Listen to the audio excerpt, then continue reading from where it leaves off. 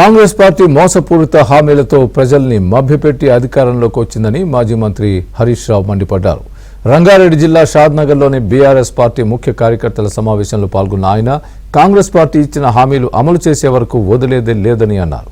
హామీల అమలు కోసం అసెంబ్లీలో కానీ బయట కానీ కాంగ్రెస్ నేతల్ని వదిలే ప్రసక్తి లేదని హెచ్చరించారు.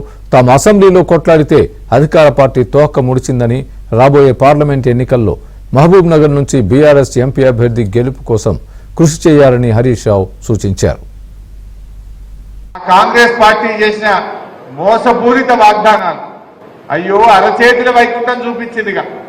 ఇక రాంగన 2 లక్షల రుణమాఫీ, రాంగన 4000 పింఛన్, రాంగన 2500 రూపాయలు, వడ్ల అమ్ముకోకుని బోనస్ అని ఇట్లా ఎన్నో మోసపూరిత వాగ్దానాలు చెప్పినటువంటి కాంగ్రెస్ మాటలు నమ్మి కొద్దిమంది ఓట్లేసినారు, ప్రజలు ఓట్లేసినారు.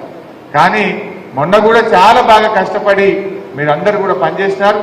స్వల్ప మెజార్టీ, దాదాపు 7000 మెజార్టీతో మనం ఈ సీట్ కోల్పోయినాం.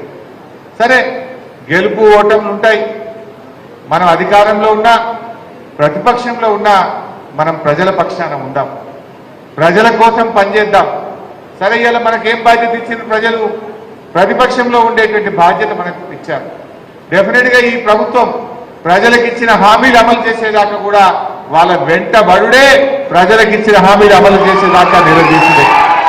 ఎక్కడ వదిలేదు లేదు, అసెంబ్లీలో వదిలేదు లేదు, కింద గ్రౌండ్ లో కూడా వదిలేదు లేదు.